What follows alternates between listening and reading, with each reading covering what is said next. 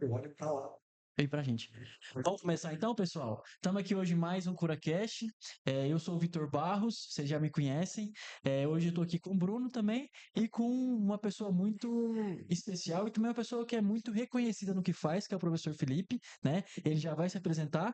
Vou passar a palavra agora para o Bruno e depois o professor. Olá, pessoal, tudo bem? Como que vocês estão? Queria agradecer a disponibilidade do professor Felipe, né? Eu não conhecia, imagino eu que eu não conhecia ele pessoalmente, mas acho que em Goiânia, né, é uma das pessoas muito faladas na UFG. Hoje eu, como professor preceptor da UFG, eu ouço muito falar no professor Felipe. Então, assim, estou muito feliz do senhor estar aqui, de verdade. Eu sei que o tempo é corrido, né? E então, o senhor ter tirado um tempinho para falar sobre erliquiose, né, que é o tema de hoje, Isso. vai ser com certeza muito é, aproveitador, né? Eu acho que para todo mundo que tá, todos os ouvintes que estão aqui, tá bom? Fique à vontade, meu professor, que é uma conversa bem tranquila, É. né? Não precisa também. Se apresenta Se para a gente, apresenta. professor. Bom, primeiramente eu gostaria de agradecer o Vitor, né? E o Bruno, é, pela oportunidade de vir aqui falar sobre essa doença tão importante, né? E de extrema prevalência, incidência bem elevada na clínica de pequenos animais, que é a erliquiose. Dizer que eu também tenho um carinho muito grande pelo Vitor, né? Foi egresso da nossa querida Escola de Veterinária e Zootecnia da UFG, e aonde eu posso chancelar que é um excelente profissional, o Vitor, viu? Então, Também Obrigado. chancela. um ótimo profissional. O Bruno, se não estiver equivocado, nós participamos de uma cirurgia de um cachorro que estava com um parasito no rim, De que tinha um Itapema. fibra renal. Foi mesmo, Isso, verdade. estava Peço, naquela nossa, perdão, cirurgia, não né? lembrava, Então, verdade, acho com que certeza. Bruno nós não temos muito contato, Aham, mas acho que nós participamos de é uma verdade, cirurgia com ali, que eu certeza. lembro de você lá Aham, na sala no momento da cirurgia, né? sim, sim. Mas eu agradeço muito de estar aqui Uhum. no Cura Curso, né? Um curso de destaque aí hoje em Goiânia, Goiás, também no Brasil, né? Pelo trabalho sério que vocês têm feito aí, Bruno e o Vitor. Então, para mim é uma grande honra estar aqui com vocês hoje falando sobre essa doença extremamente importante, né? Então, meu nome é Felipe. Para quem não me conhece, eu sou professor da Escola de Veterinária e Zootecnia da UFG e ministro a disciplina de doenças parasitárias, né? Já estou na doenças parasitárias há praticamente 18 anos, trabalhando nessa área, e pesquiso na área de erliquiose aí há quase 15 anos, né? Praticamente 15 anos que a gente desenvolve pesquisas na área de diagnóstico, tratamento e epidemiologia da erliquiose. Então, é uma grande satisfação vir aqui hoje, né? Trazer um pouquinho de informação e discutir junto com vocês também. O Vitor atua muito na parte clínica, né? Deve de atender muitos e muitos casos com erlíquia, não tem É. como não atender cães, né, infectados com essa bactéria aí, manifestando sinais clínicos. Então, eu agradeço Aham. e espero que tenhamos um diálogo bastante bacana aqui. É. Pessoal, o professor Felipe ele tem vários artigos publicados, né, em revistas de alto impacto científico sobre diversas doenças, né, dentre elas a erliquiose, e eu confesso que muito do que eu aprendi da erlíquia foi com ele, né? Professor, eu já queria te fazer uma pergunta. Você pode falar para a gente já um pouco sobre o que é a doença, né, a erliquiose, propriamente dita, nos cães? Nos cães, né? Claro, Vitor. Bom, então a erliquiose, ela é popularmente conhecida, né, como a doença do carrapato. Né? Os veterinários, para que tenham uma comunicação mais fácil com os tutores, eles falam a doença do carrapato. É uma coisa que a gente dentro da academia não gosta muito, né, de que seja utilizado esse termo, mas a gente entende que é uma forma fácil de Sim. comunicar com o tutor, né? Uhum. A doença do carrapato. O carrapato não fica doente, né? Quem adoece é Claro. o cão, infelizmente, com a transmissão dessa doença, né? Sim. E nós temos que lembrar também que os carrapatos, eles transmitem várias outras doenças, né, Vitor? Nós poderíamos Isso. aqui fazer vários episódios É. falando de várias outras doenças. Hoje o nosso foco é na principal, que é a erliquiose, mas nós temos aí babesiose, Uhum. anaplasmoses, né? A própria Rangélia, que não é comum aqui no bioma no Centro-Oeste, mas a gente sabe que a Cura Cursos hoje abrange o Brasil inteiro. Uhum. Então, para quem nos acompanha, que é de área de Mata Atlântica, nós temos uma outra hemoparasitose, né, que é a rangeliose, que Uhum. também é transmitida por carrapato. Então, veja, rangélia, babésia, anaplasma, né, dentre várias outras doenças que são transmitidas pelo carrapato. Mas a que é incriminada com o nome de doença do carrapato Uhum. é a erliquiose, né? A erliquiose é causada por uma bactéria. Uhum. O nome dessa bactéria é Ehrlichia canis, né? Que foi descoberta a primeira diagnóstico, detecção dessa bactéria foi em 1935 na Argélia, né? E o nome da bactéria é Ehrlichia canis, né? Porque primeiramente detectada em cão. E Ehrlichia vem em homenagem a um bacteriologista muito famoso e imunologista que é o Paul Ehrlich. Então foi posto esse nome na década de 70 em homenagem a esse bacteriologista, né? Muito famoso e imunologista. Mas a bactéria ela foi diagnosticada em 1935, né? Na Argélia. E ela tem uma grande importância, só por curiosidade, não vamos gastar muito nosso tempo neste aspecto, mas a gente que trabalha com doenças parasitárias, né? Existe uma brincadeira, e até entre os historiadores, isso é sério, né? Não é fake news, de que em relação à guerra do Vietnã, todo mundo fala, né, que os Estados Unidos não admite até hoje, mas ele perdeu a guerra do Vietnã. E existe uma brincadeira até entre os historiadores e quem trabalha na medicina veterinária com doença parasitária, que não sabe se os Estados Unidos perdeu a guerra do Vietnã porque não conhecia o território, é isso que a maioria dos filmes nos mostram, É. mas na realidade quem conseguia farejar o território escondido lá, nos túneis, né, que eles tinham na guerra do Vietnã, Eram os eram cães. os cães, o pastor alemão.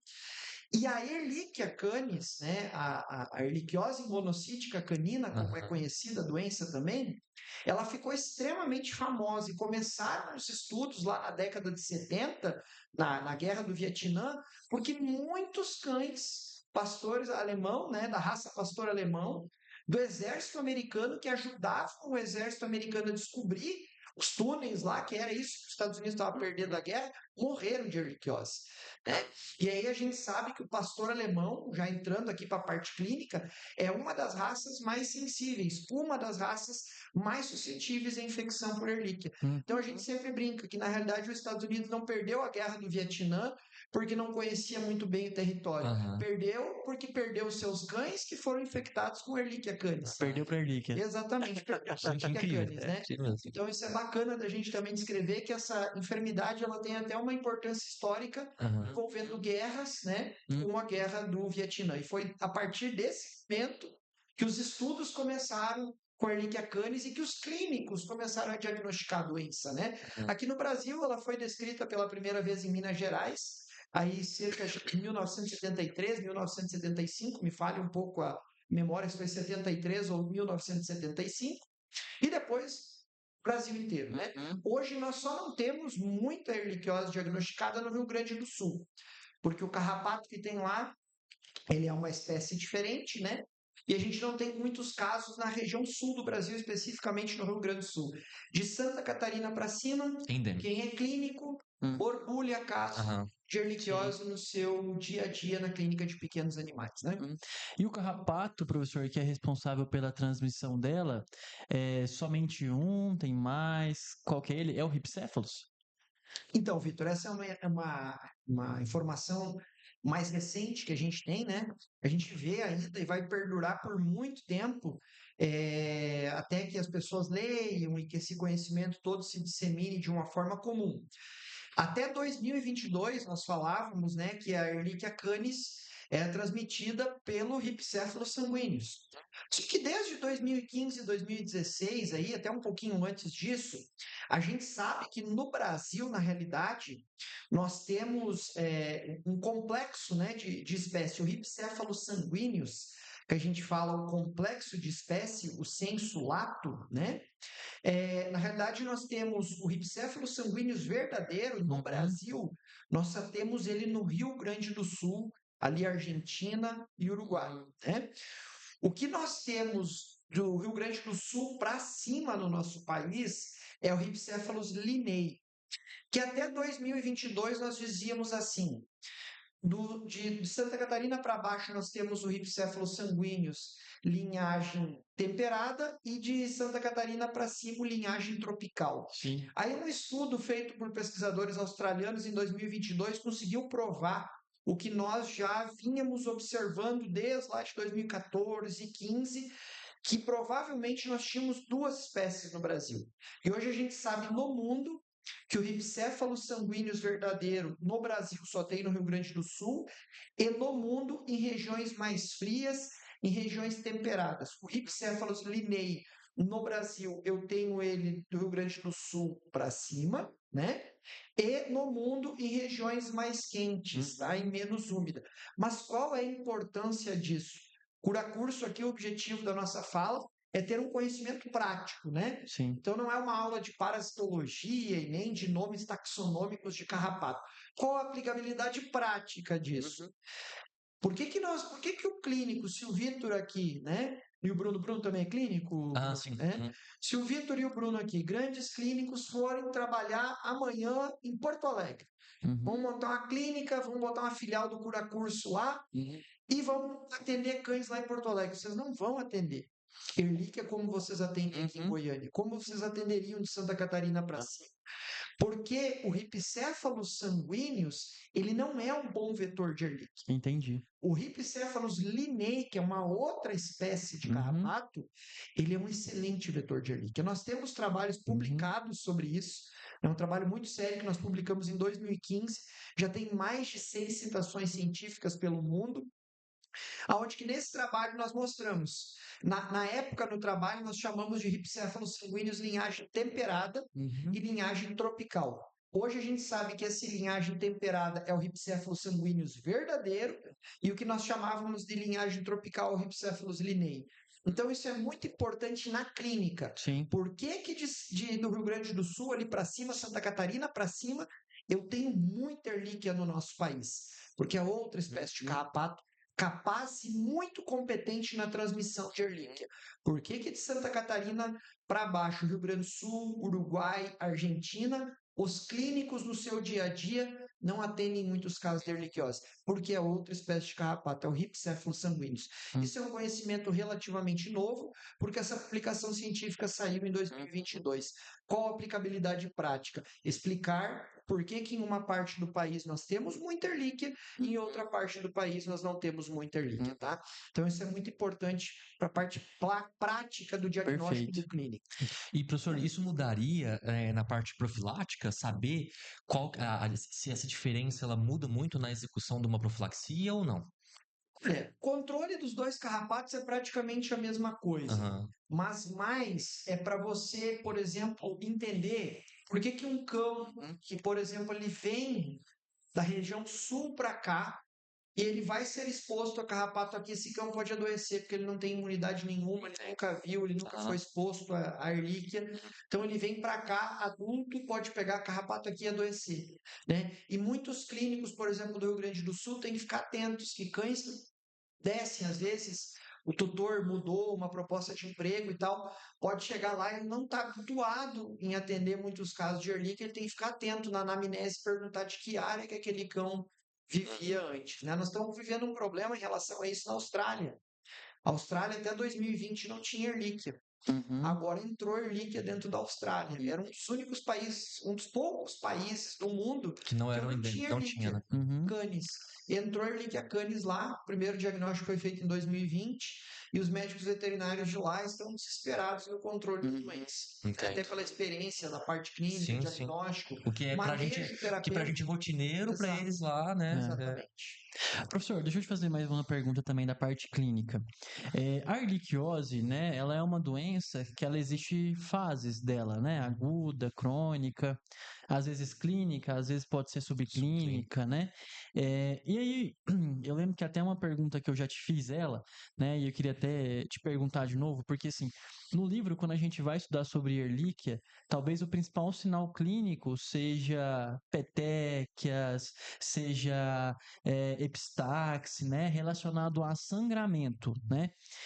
E assim, confesso para você que na minha prática clínica, o que eu mais vejo, né, são basicamente duas coisas, né? Anorexia e febre, né? Não vejo muito.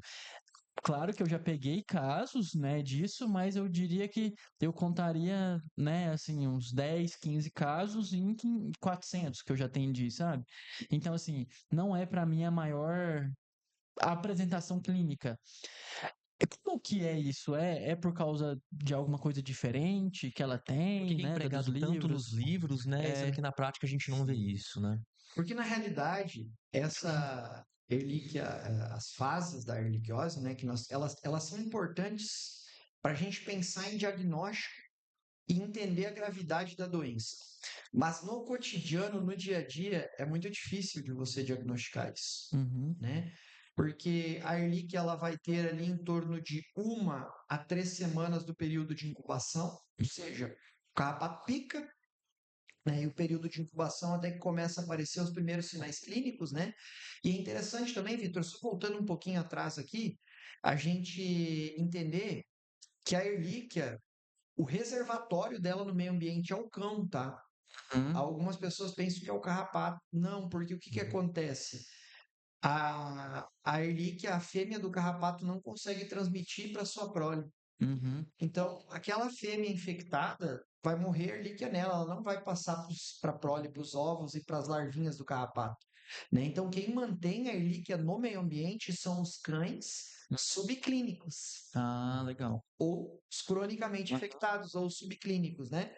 Mas um carrapato picou o cachorro, aí o cachorro vai ser inoculado com essa bactéria, né? O carrapato uhum, inoculou, a Ehrlichia é uma bactéria gram-negativa, intracelular obrigatória, né?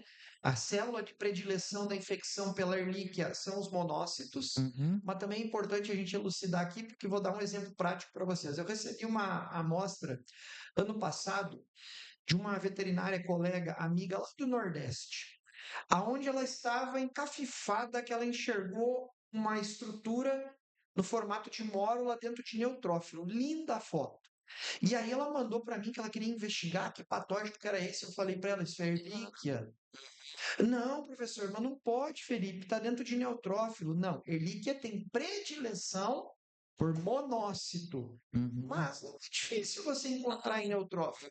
Sim. E aí ela disse: Não, mas eu quero fazer PCR e eu quero que você faça sequenciamento para mim genético, uhum, que é bem mais caro. Sim. Eu disse uhum, para ela: Tudo bem, você vai gastar aí para fazer isso, mas uhum. eu tenho certeza que vai vir como Ehrlichia. Fizemos, o que, que veio?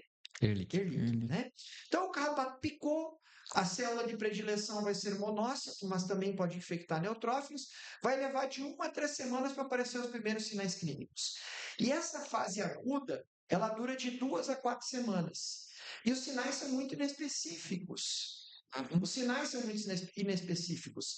Muitas vezes o veterinário acha que é alguma outra virose, alguma bactéria, um mal-estar, um alimento que o animal comeu, que ele fica mais quietinho, né? E acaba passando essa uhum, fase, uhum, né?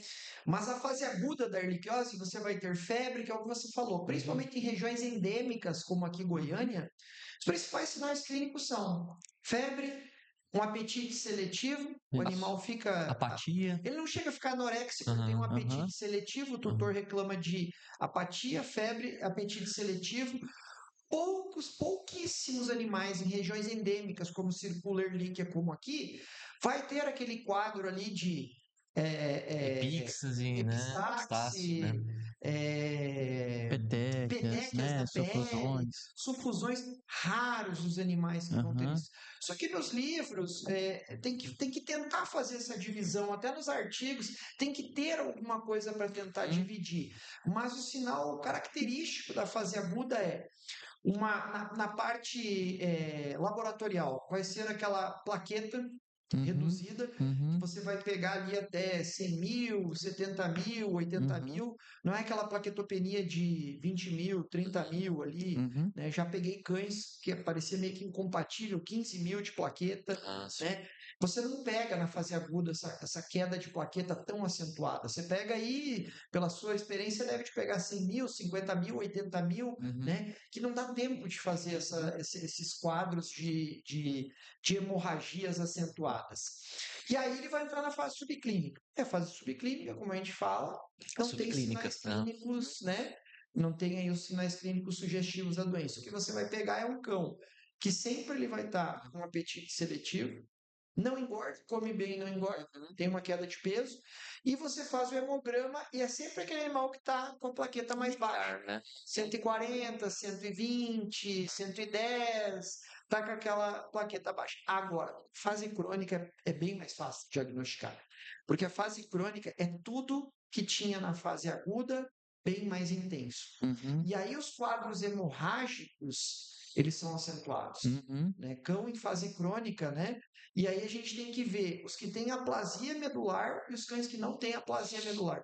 Isso é uma coisa muito importante no diagnóstico e também no prognóstico do animal. O que você vai falar para o tutor?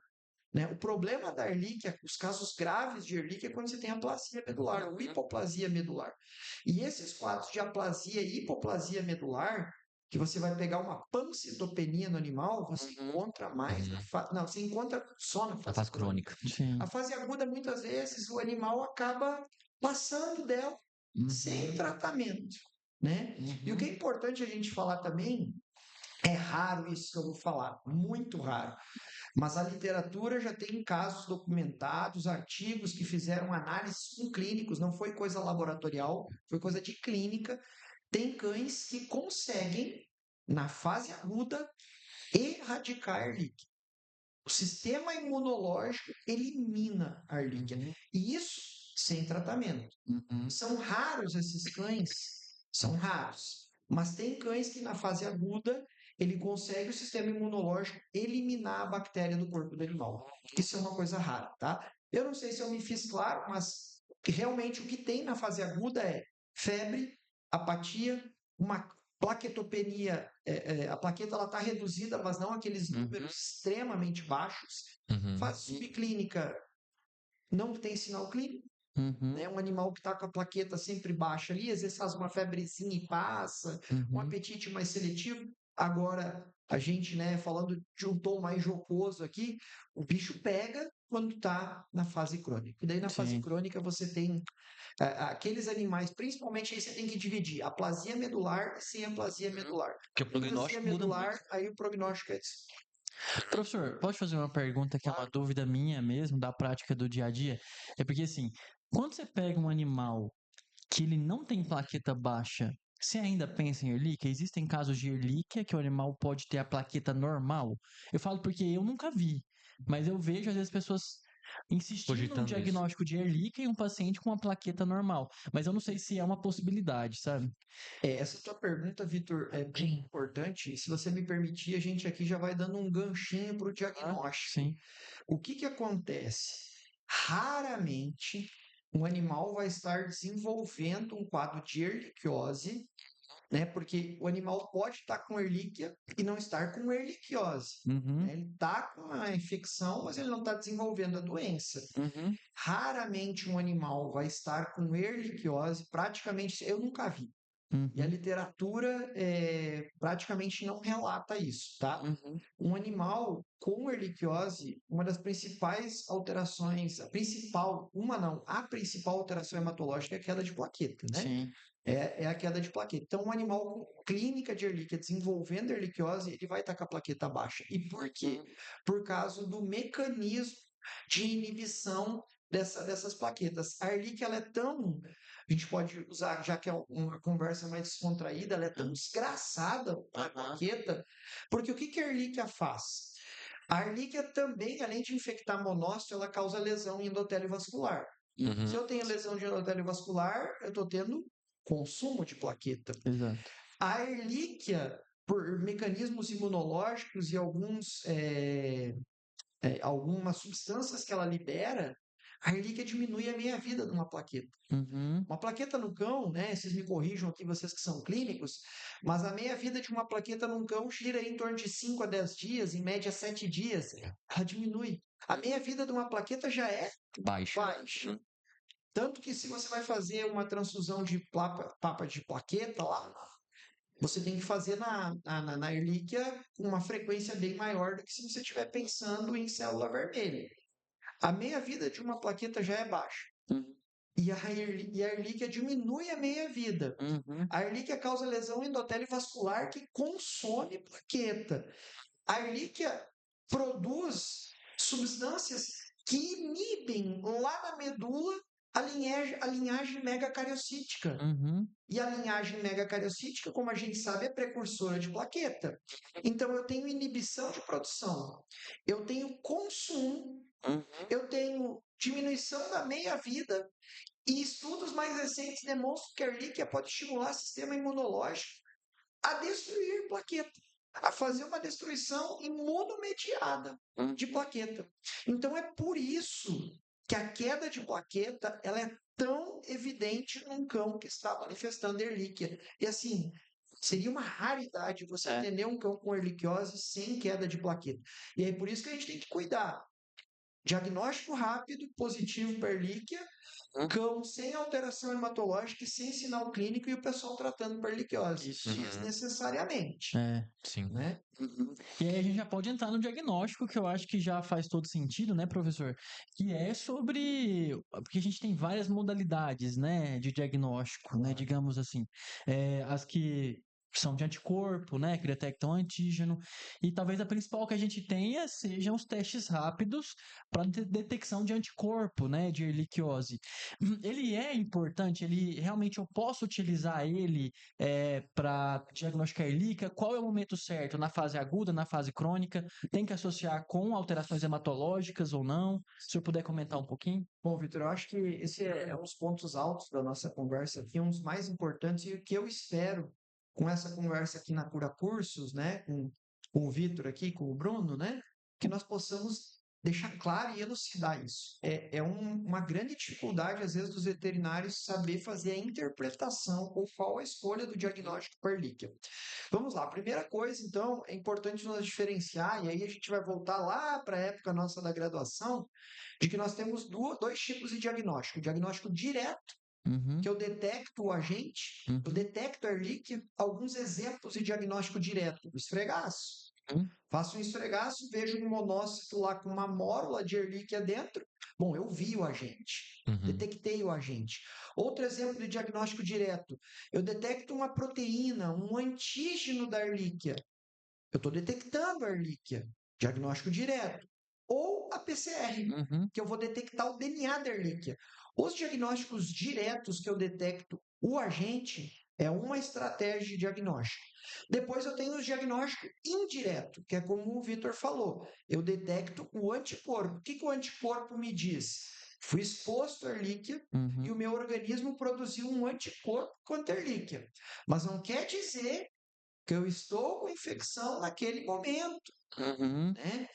E aí já começa a nossa diferenciação aqui. Para eu tratar um animal com ehrlichiose. Isso é consenso internacional. Não é eu, não é minhas pesquisas, não é o meu grupo, não é o meu network. Isso é consenso internacional. Tá?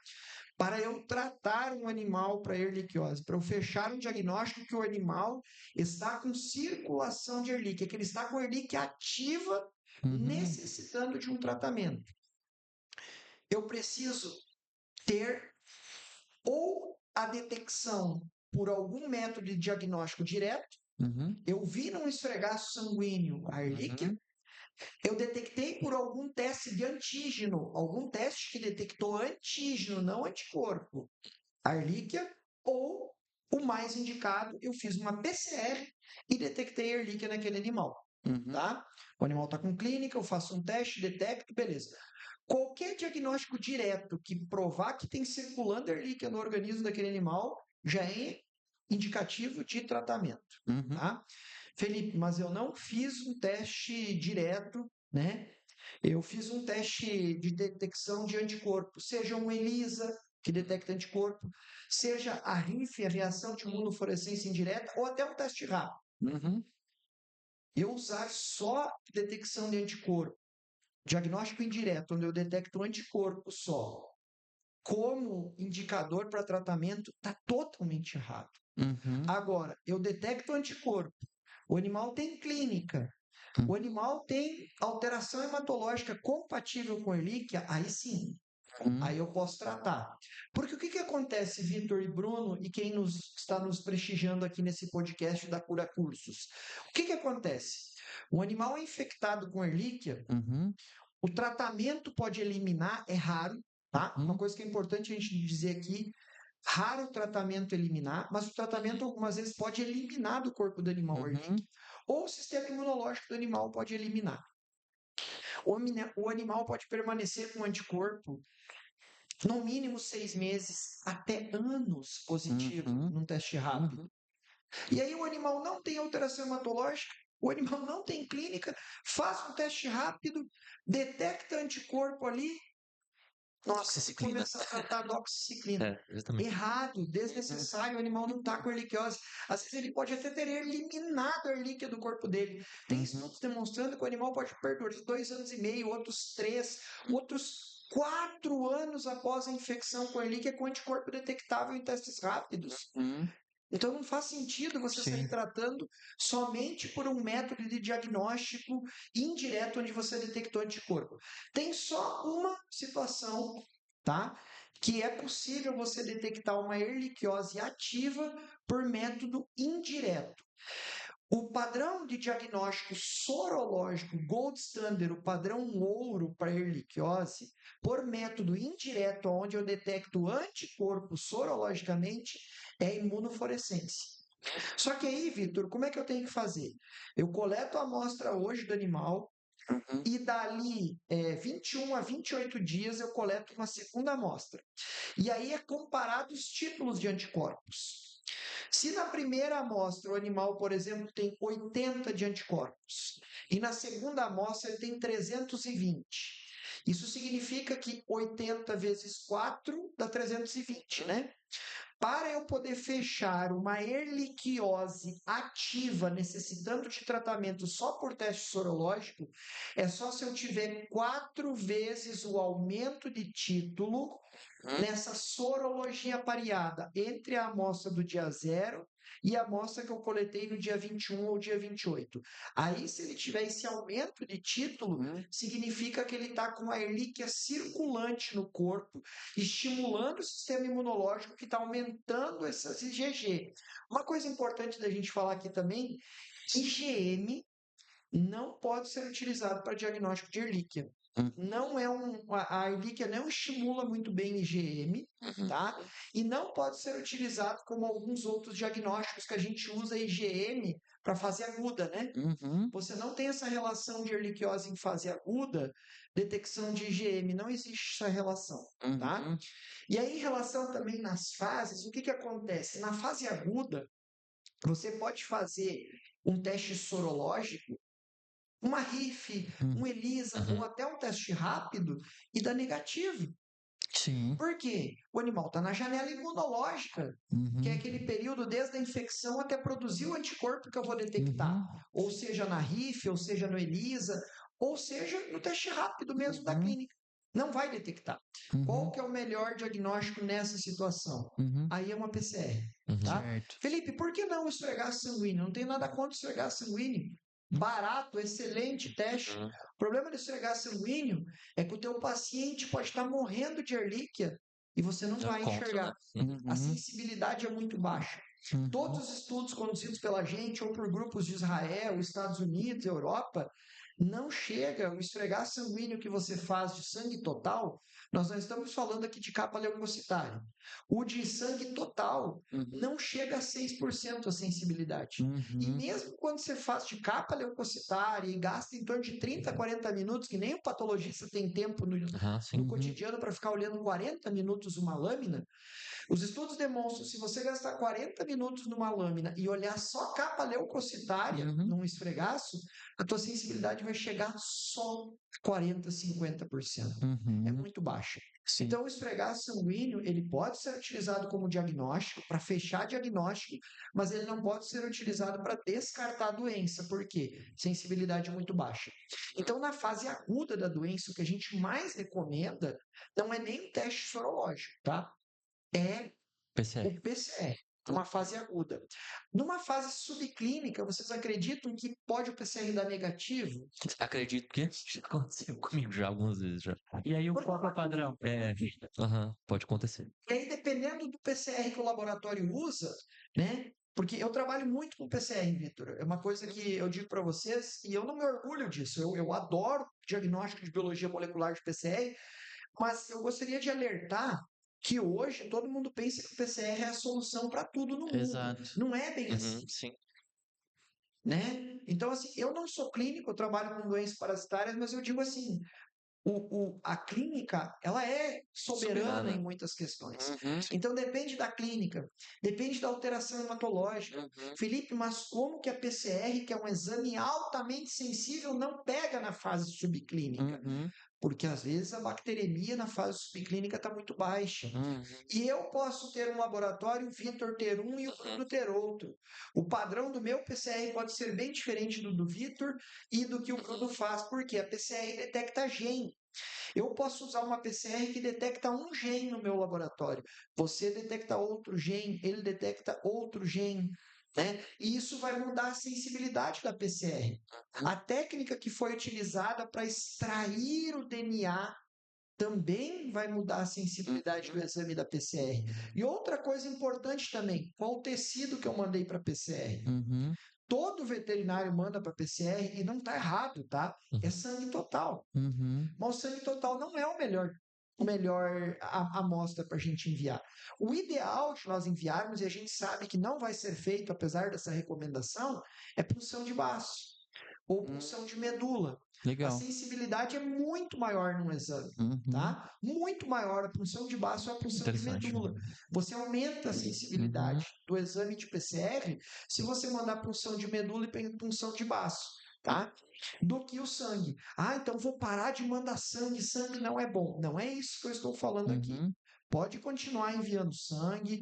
O sangue é uma boa ferramenta para o diagnóstico em fase aguda, em fase crônica também ele pode funcionar, mas na fase subclínica e na fase crônica, a punção de baço e a punção de medula aumentam em todos os estudos, isso é unânime, tá? Em todos os estudos Por que, aumenta a professor, a sensibilidade. bacteremia é mais intensa nessas regiões? O Porque baço é porque ele vai captar, né? As células que estão infectadas, o sistema fagocítico mononuclear, então ele vai captar essas células infectadas, tá? E a medula tem um tropismozinho lá pela medula, então você consegue detectar de forma mais aprimorada. Mas só queria deixar claro aqui para os ouvintes aqui do Cura Cursos. Eu não estou dizendo que sangue é ruim e que não é para enviar sangue, tá? Eu estou só dizendo que às vezes se você suspeita muito, porque a clínica é soberana, se você suspeita muito de Ehrlichia, tem cara de Ehrlichia, e o PCR não dá. E o PCR é o exame mais sensível mesmo. Mas o PCR não está dando positivo. Parte para uma punção de baço e para uma punção de medula, que às vezes aquele animalzinho que você não está pegando no sangue, você vai pegar utilizando essas amostras para detecção pelo PCR, tá? Aumenta bastante a sensibilidade do exame. Perfeito. Professor, o senhor já comentou sobre isso, mas eu queria só comentar uma coisa que eu vejo muito na prática clínica, que é o quê? Às vezes o paciente ele chega, né, e ele tá com alguns sinais inespecíficos mesmo, faz o hemograma, tá normal, mas aí vai e faz ultrassom. E aí tem esplenomegalia e hepatomegalia. Fala, é doença do carrapato, né? É hemparasitose. E aí a pessoa faz o teste rápido e trata aquele teste rápido positivo, né? E às vezes a doença não tá lá, né? E eu costumo, o senhor já explicou muito sobre isso, né? Mas eu costumo até brincar, eu falo, gente, todo laudo de ultrassom, né? Vai ter esplenomegalia e lama biliar, isso todo, né? Assim, o cachorro pode não ter nada que ele vai ter. Então, isso não é um padrão da doença, né? Simplesmente da doença.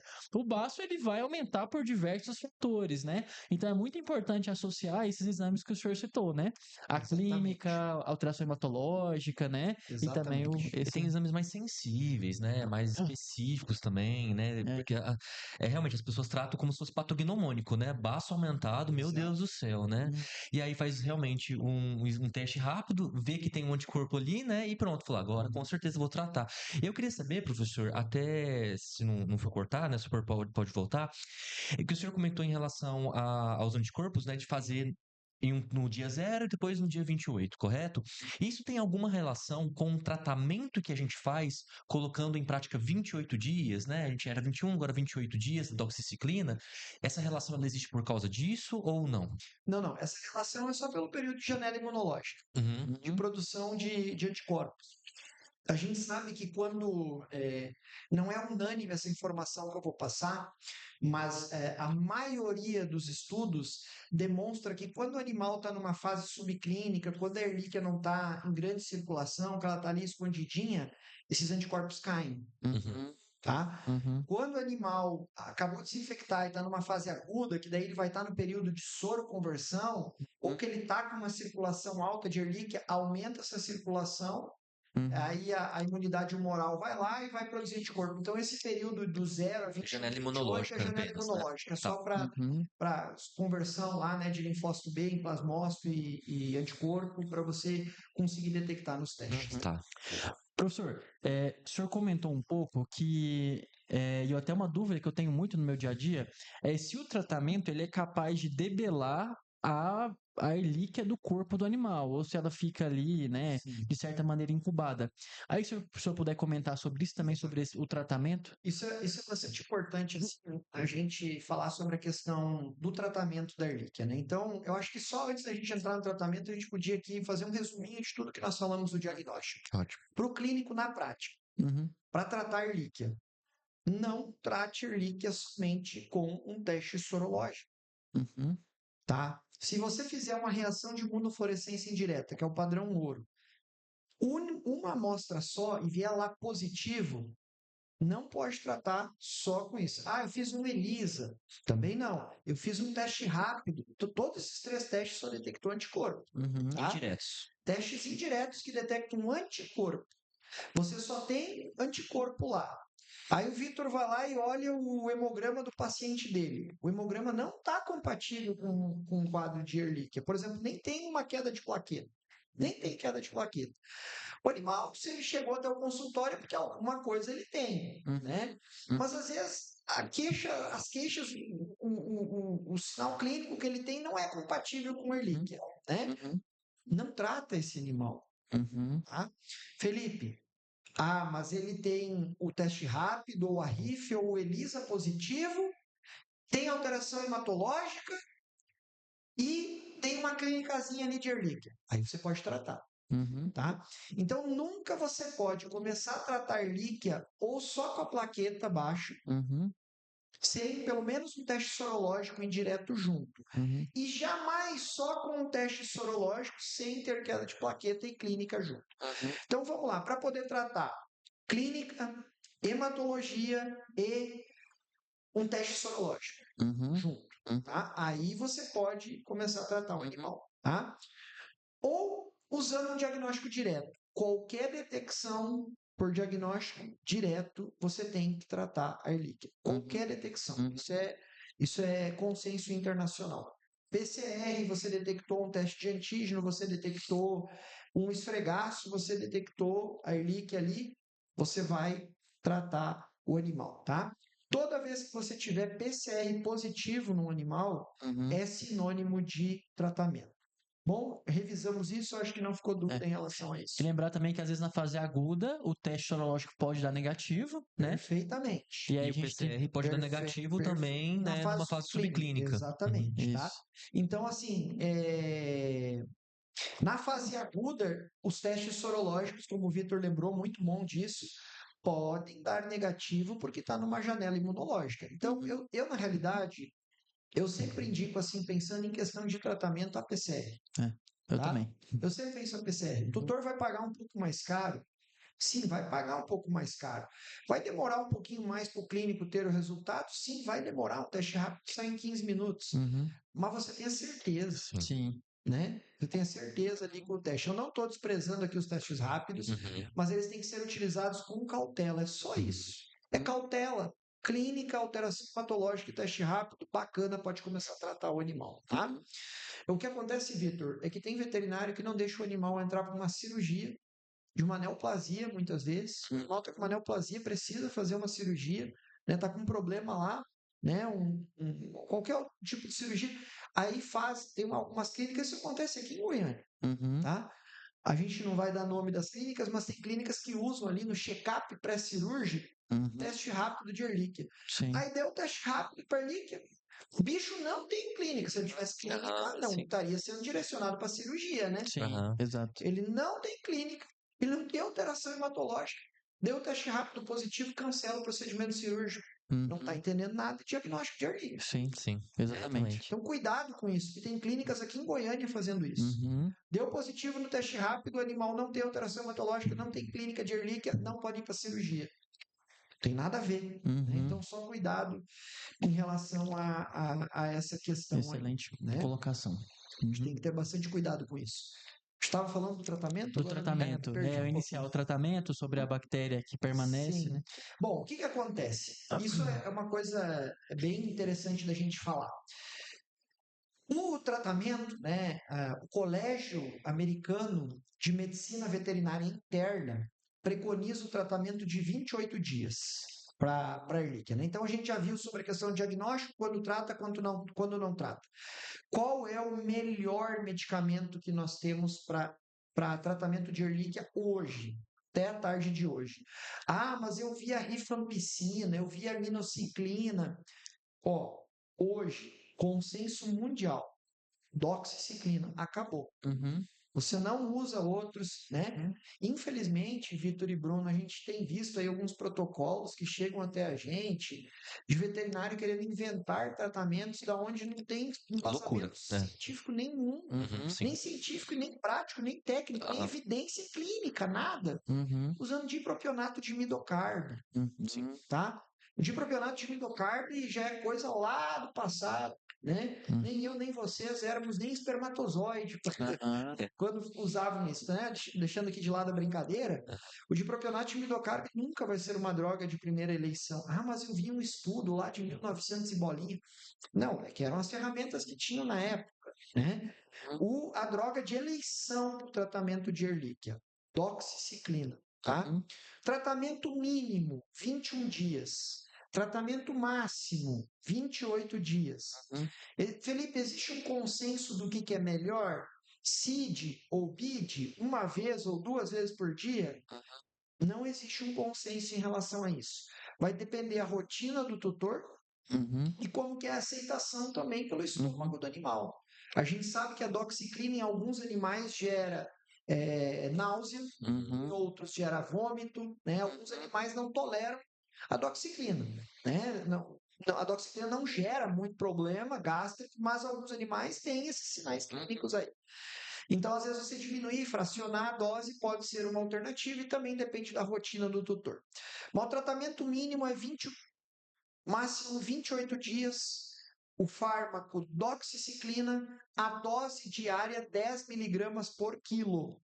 Tá? Diária, né? Diária. 10 miligramas por quilo. Nada de 20 e 30 miligramas, como nós temos observado aí alguns colegas veterinários com essa conduta. Ou faz 10 miligramas quilos, tipo 10 agora de manhã, Isso 10 é à loucura. noite. Nós É estamos diária. loucos para estimular uma resistência de Ehrlichia. Exatamente. Nós estamos pedindo com esse tipo de conduta a selecionar Ehrlichia resistente ao antibiótico. Por que a doxiciclina aqui, falando com o Vitor e o Bruno, nossos colegas veterinários aqui, é mais eficiente que os outros? Porque em todos os testes a concentração mínima inibitória, ou seja, a quantidade do fármaco doxiciclina, a doxiciclina é o fármaco que eu preciso a menor concentração para matar a Ehrlichia. Menor concentração plasmática para conseguir afetar comparado com outro antibiótico. Antibióticos, por isso que a doxiciclina é o melhor, porque além dela ser eficaz, a menor dose de doxiciclina é o fármaco que com a menor dose eu já mato a Ehrlichia. Interessante. Então não tenho por que eu ficar fazendo experimentos científicos com o meu animal que eu estou atendendo ali na clínica, tá? É a doxiciclina. 21 a 28 dias, 5 miligramas BID ou 10 miligramas CID. Fechamos por aqui. Ah, mas o animal eu tratei com isso e não deu certo, é um animal que tem problema. Eu dou a doxiciclina, ele tem vômito. Uhum. Ele não está tolerando. Aí eu posso ir para rifampicina, Uhum. né? Ou para aminociclina, por exemplo. Aí eu posso partir Uhum. para essas outras alternativas. Qual a dose? Mesma. 10 miligramas por quilo, tá? Desses dois fármacos é a mesma dose que para doxiciclina. Então, eles são E o fármacos de tempo? segunda linha. Uhum. Para aminociclina, você pode utilizar 21, 28, e para rifampicina, você pode utilizar 21 dias, tá? Só a rifampicina só tem diferença aí de uma semana a menos. Nunca usei. Você já Então, usou? esses dois fármacos são fármacos de segunda escolha Uhum. para cães que não se adaptam ao tratamento com a doxiciclina, ou outra situação também. Isso eu já peguei, foram poucos casos, não dá nem 10. Tem cães que você termina o ciclo com a doxiciclina e em torno de 3, 4, até 5 semanas depois eles têm uma recidiva. Nessa recidiva, o segundo protocolo terapêutico ainda é recomendado com doxiciclina. Você encerrou o segundo ciclo com 21, 28 dias de dox. Foram poucas vezes, mas eu já vi isso. E isso também está muito bem documentado na literatura. Você encerrou o segundo ciclo de doxiciclina. 3, 4 semanas depois, o bicho de novo retorna com quadro de erliquiose, uma recidiva, tá? Aí a indicação nesse terceiro protocolo terapêutico é não usar mais dox. Uhum. É usar a aminociclina ou a rifampicina, Uhum. tá? Aí você entra com uma outra droga, mas só depois de 2 tentativas com Erliquia. A segunda tentativa, mesmo tempo. Doxiclina, mesmo tempo. Respondendo o questionamento que parece que eu estou fazendo fuga temática aqui da pergunta do Vitor. O tratamento com doxiciclina erradica a erlíquia do organismo do animal? Existem dezenas de estudos avaliando isso. Estudos controlados em laboratório, estudos feitos com cães atendidos em clínica, para mim que é o mais real, infecção natural. Existem estudos feitos com infecção laboratorial, você inocula a erlíquia no animal, e existem estudos de infecção natural. O cachorro pegou carrapato na vida dele e adoece, né? Uhum. E aí começam os protocolos terapêuticos. A maioria dos estudos demonstra que o tratamento não erradica, Uhum. tá? Os artigos que mostram que erradicou, muitas vezes é porque testou só no sangue. Uhum. Tem vários estudos que demonstram assim, se você testar só no sangue, vai dar negativo. Uhum. Você faz uma punção de baço ou punção de medula, dentro desse mesmo estudo dá positivo. Entendo. Uhum. Ou um outro diagnóstico que nunca nós vamos usar na clínica, eu não estou recomendando isso. Uhum. Mas para provar que realmente o medicamento, tomem cuidado, né? Aqui nós temos estudantes também, né? Ou os veterinários que constantemente estão lendo e estão estudando, se atualizando. Toma cuidado, que um dos diagnósticos com a maior sensibilidade para ver se o cachorro eliminou a erlíquia do corpo é um diagnóstico que nunca nós vamos usar na clínica, que é o xenodiagnóstico. Tem estudos que testaram por PCR de sangue, PCR de baço, PCR de medula, tudo negativo. Quando colocaram carrapatos criados em laboratório, colônias super controladas de carrapato livre de erlíquia, e colocaram para se alimentar nesse cão que tinha sido tratado, teoricamente, pela PCR de sangue, medula e baço negativo, você colocou o carrapato se infectou com erlíquia. Nossa, Então, tinha erlíquia circulando. E eu vou contar aqui um estudo que hoje a gente, e graças a Deus, a gente nem consegue executar mais um estudo como esse, tá? Tem estudos aí feitos na década de 90 com 400 dias de tratamento com doxiciclina no cachorro. Que pecado, né? Para um estômago, para um Sim. fígado, para um... Meu Deus. Não sei como que naquela época os comitês de bem-estar animal, de ética, aprovavam, né? Tem um estudo que avaliou 200 dias de tratamento com doxiciclina, tá? Outro estudo, ainda mais robusto, próximo a 400.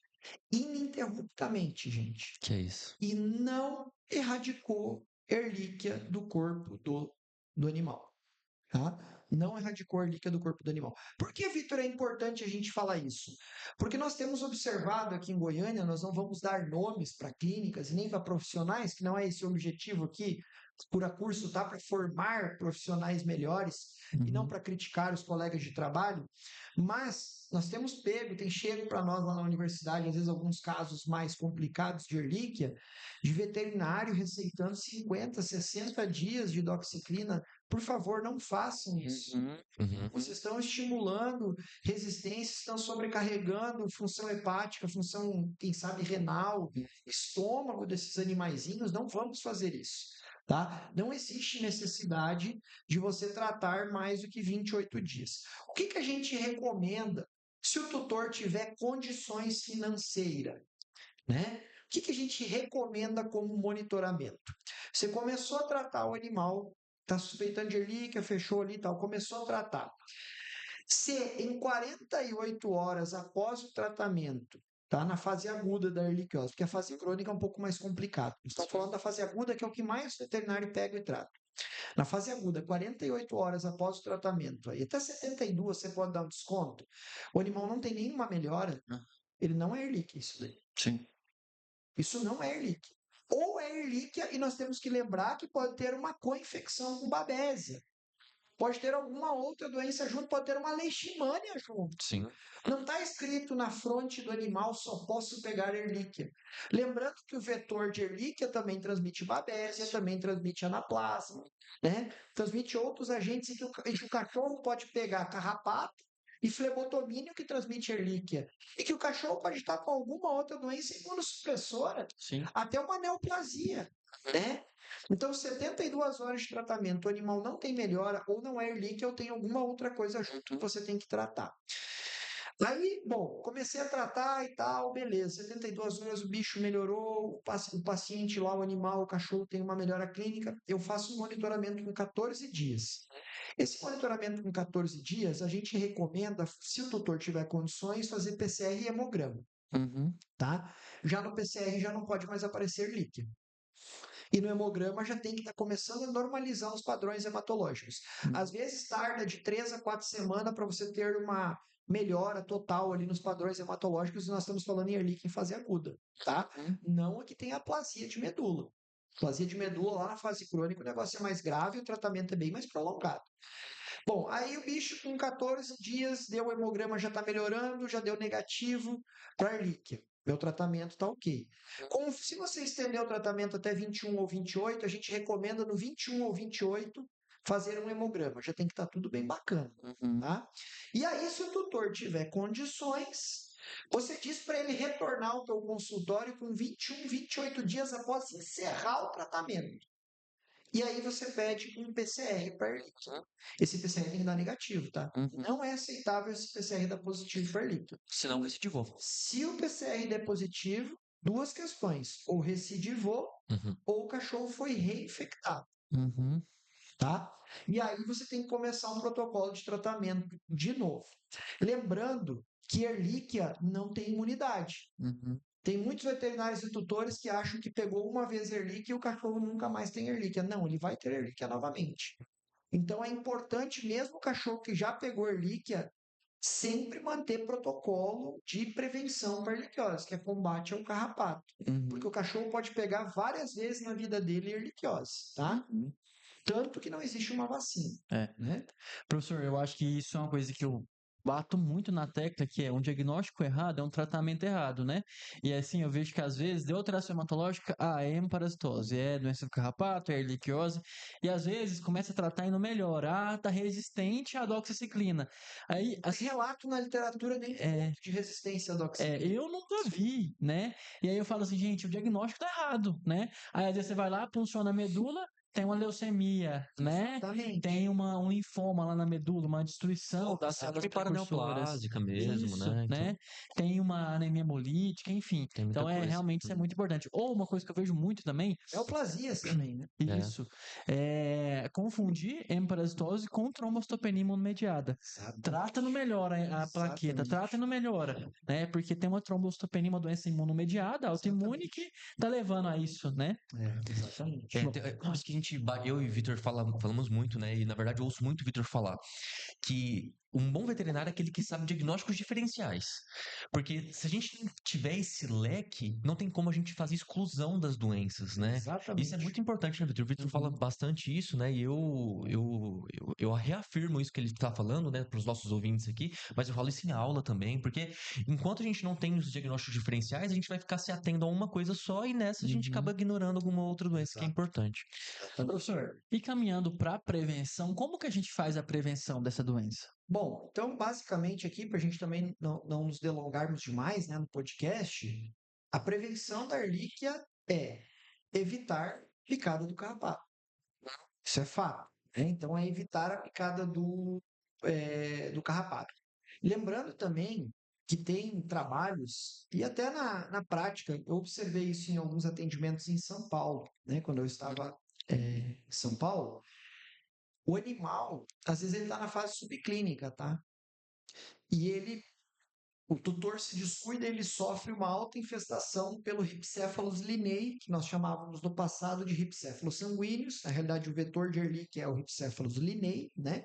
Nós falamos no começo do podcast. Ele sofre uma alta infestação pelo Rhipcephalus linei, que é o único carrapato no Brasil incriminado na transmissão de Ehrlichia. E ele sofre uma reinoculação de Ehrlichia. Esse animal pode ir para a fase crônica, tá?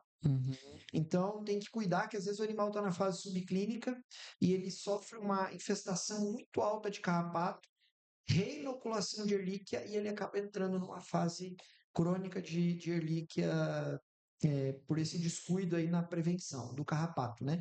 Então, o controle de carrapato ele é muito importante na prevenção e também para evitar que alguns cães que estão ali com a Ehrlichia paradinha, quando são reinfectados por Ehrlichia, ninguém sabe explicar muito bem esse mecanismo, tá? Eles entram numa fase crônica da erliquiose, com aplasia de medula ou hipoplasia medular, que aí você vai ter a tal da pancitopenia, que é um quadro muito grave, né? A pancitopenia é prognóstico desfavorável, é um tratamento bem mais prolongado, né? E você tem que avisar o tutor que é prognóstico desfavorável. A prevenção é controle de carrapato. E aqui tem uma questão que é muito importante. O controle de carrapato sempre tem que ser feito. E para evitar a infecção por Ehrlichia. Se você vê a postura de tutores na Europa e nos Estados Unidos, lá o pessoal tem o costume, a grande maioria dos locais na Europa e nos Estados Unidos, de tratar para carrapato antes de aparecer o carrapato. Porque depois que apareceu, se é uma doença crônica, a babesiose também pode ficar crônico no animal, mesmo que o tratamento pode cronificar, né? Então, o ideal é você evitar a presença do carrapato. Mas no Brasil, postura da grande maioria dos tutores é só pensar em controle de carrapato depois que apareceu o carrapato. E aí já pode ter transmitido a doença para o animal, né? Só que em Ehrlichia tem uma coisa curiosa. Até a data de hoje, nós não temos nenhum fármaco que mesmo o Vitor ou o Bruno aqui, né, passando um protocolo perfeito de prevenção de carrapato, de controle de carrapato, para evitar Ehrlichia, nós não temos nenhum fármaco até a tarde de hoje que bloqueie em 100% a transmissão de Ehrlichia. Nós temos fármacos, né, como as isoxazolinas, a gente não vai dar exemplo de nomes comerciais aqui, mas os que são à base de Furalaner, Sarolaner, Afoxalaner, Lotilaner, que é o último que saiu aí no mercado, né? Que tem várias marcas aí no mercado que todos vocês conhecem, principalmente os à base de Furalaner e as isoxazolinas aí, a, a, a base de Afoxalaner, que são muito conhecidos também, né? São ótimos fármacos. Esses fármacos que você dá um comprimidinho ou coloca aqui via transdermal e eles vão para o sangue. Se eles vão para o sangue, como é que o carrapato tem contato com esse medicamento? Após a picada, né? Após a picada, ele não transmite pela picada, né? Ah, Felipe, então eu vou usar os produtos que não são sistêmicos. Porque tem várias moléculas que são sistêmicas. Eu dei o exemplo das isoxazolinas porque são as mais recentes, né? E as mais vendidas agora no momento, e realmente são fármacos excelentes, tá? Muito bom esses medicamentos. Eu não estou aqui tecendo comentário negativo. As isoxazolinas são ótimas para o controle de pulga, para o controle de carrapato, algumas para sarna, ótimos medicamentos. Mas as isoxazolinas e outros fármacos são sistêmicos. Então vai para o sangue, o carrapato, para entrar em contato com o fármaco, tem que picar. Ele transmite Ehrlichia picando. Uhum. Tudo bem? Então eu vou usar medicamento que é ação tópica. Uhum. Por exemplo, os que são à base de fipronil. Uhum. Eu boto o produto à base de fipronil. Hoje no mercado tem várias marcas. No passado, se a gente olhar aí uns 5 anos, 6 anos atrás, só Só tinha tinha isso. uma, duas.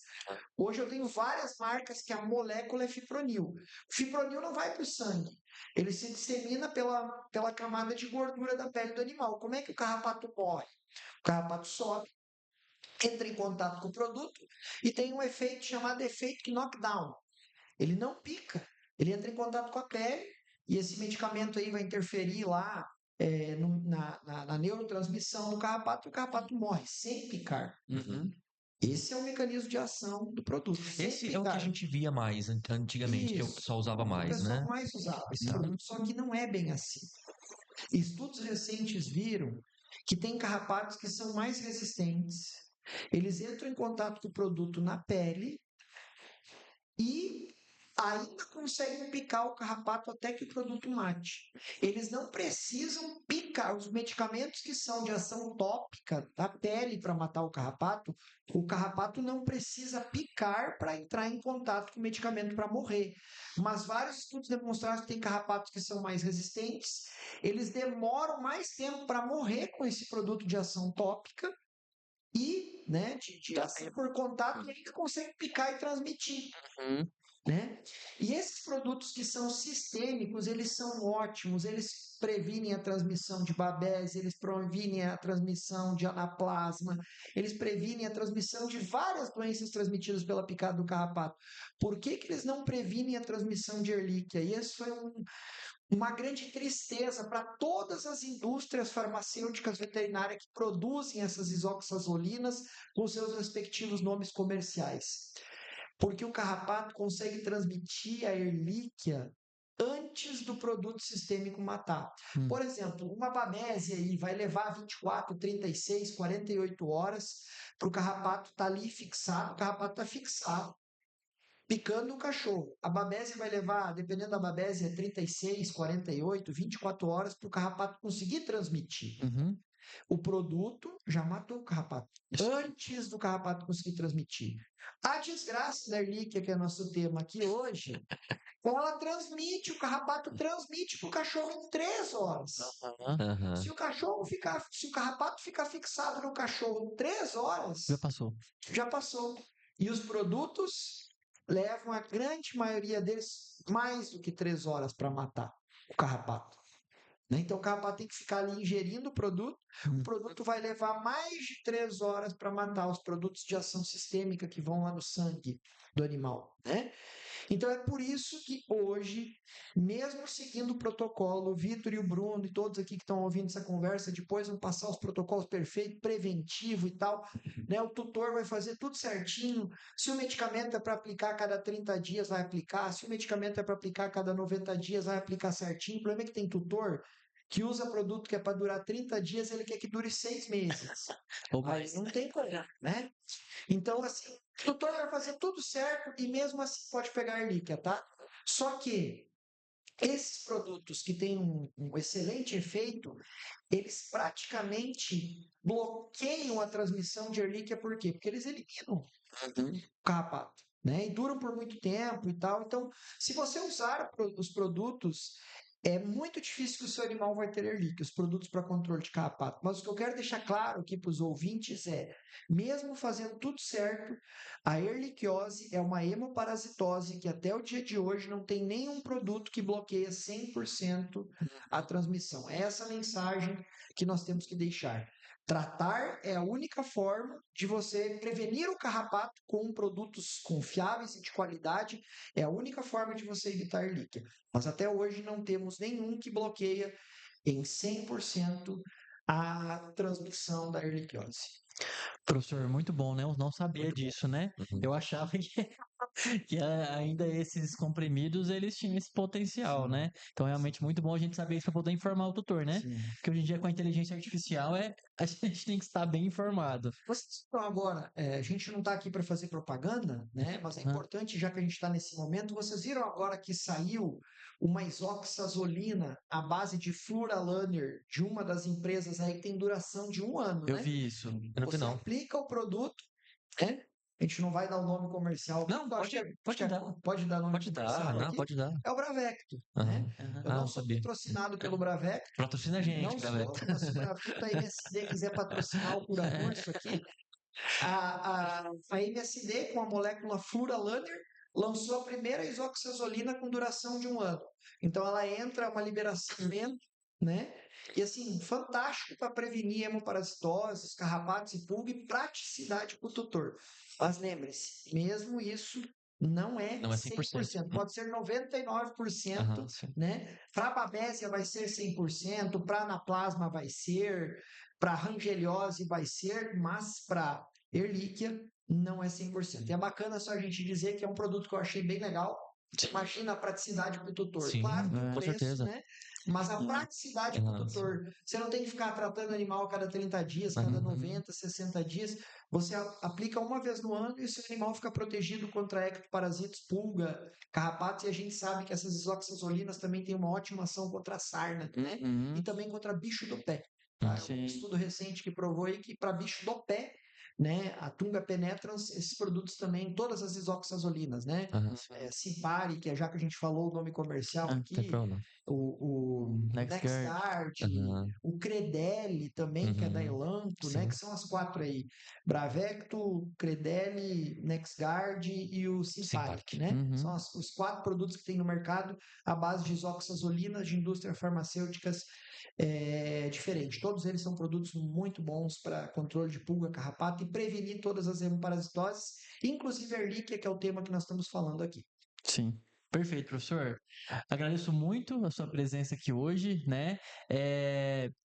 Acho que foi muito enriquecedor porque é um assunto que a gente vê todos os dias, mas que realmente precisa estar inteirado, né? É uma doença que a gente vê todo dia, mas tem que estar inteirado E as pessoas pensam que elas sabem tudo sobre relíquia, eu tava né? pensando nisso também. E aí, assim, todas as vezes que eu falo sobre relíquia, eu aprendo sobre relíquia. Então, É. assim, se você acha que você sabe tudo, fica um pouco mais de mente aberta, porque, gente, assim, é muito vasto, né? É uma doença que eu acho que ela é subestimada, né? Ela tem uma complexidade aí em cima dela, né? Que eu tenho certeza que vocês estão ouvindo aqui, aprenderam muito e descobriram coisas novas, eu tenho certeza absoluta. Isso. E infelizmente, Vitor, com uma mensagem final, Aham. infelizmente, até a tarde de hoje, ainda não temos nenhuma vacina para Ehrlichia. É. Porque essa bichinha, essa bactéria, ela é tão sacana que ela burla o sistema imunológico.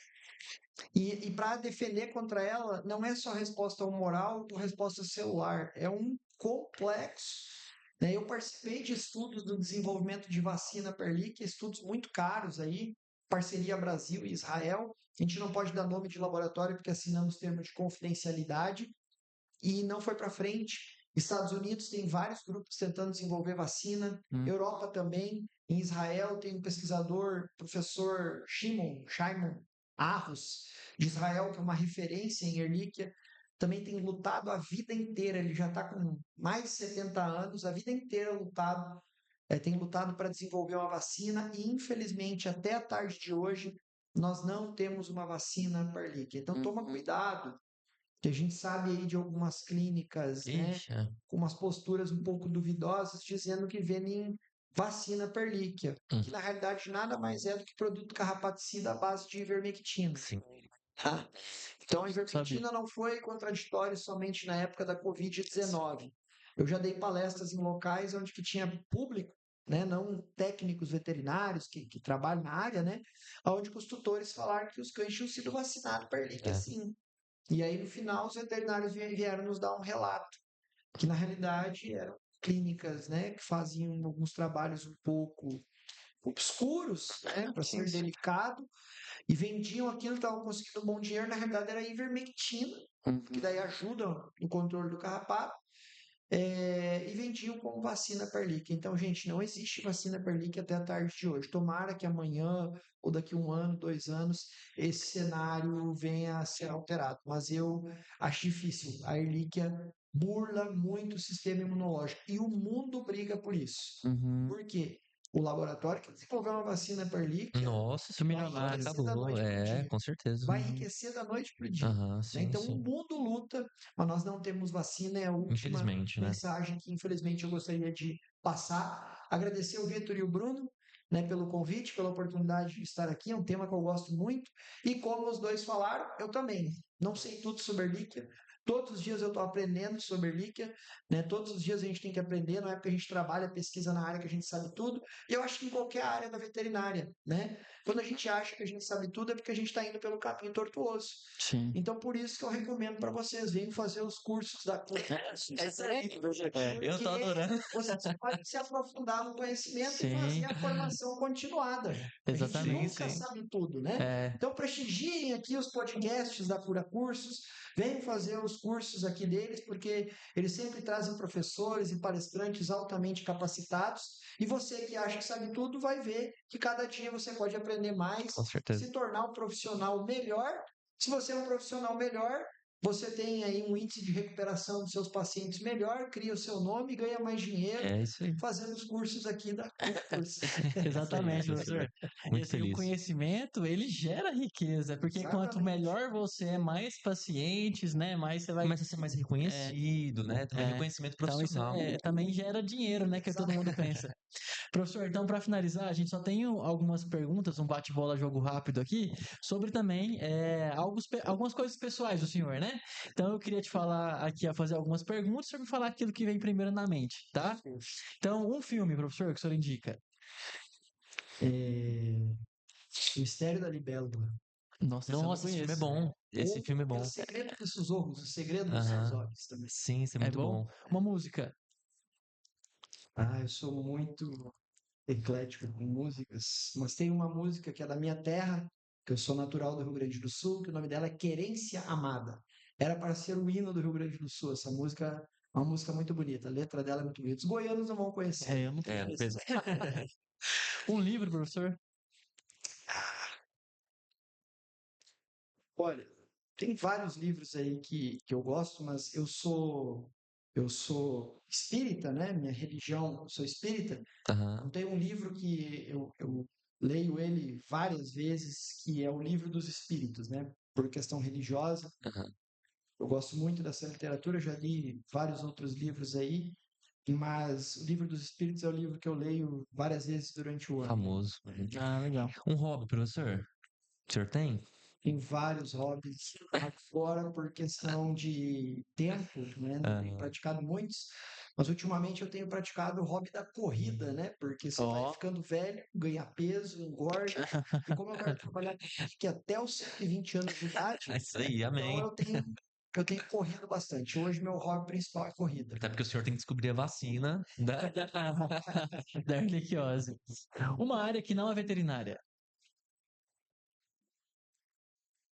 Ou não A tem? medicina. Na Ou medicina. medicina veterinária ou a medicina. E dentro da medicina veterinária, uma área que não é parasitologia, o que que o senhor faria se não fosse parasitologista e docente? Olha, eu trabalharia com clínica de pequenos. Eu acho a clínica Legal. de pequenos fantástica, extremamente desafiador. Sim. É, com certeza, você o senhor disse tudo. Bom, professor, eu queria agradecer sua participação aqui hoje, né? Mais uma vez dizer o quanto foi rica a sua participação, né? Eu fico muito honrado de ter o senhor aqui. Eu também, nossa, professor, muito obrigado mesmo, né?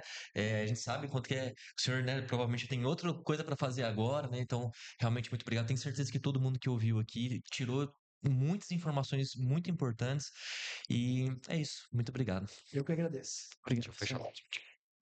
Nós passamos longe. Foi. Eu acho que deu 1 hora.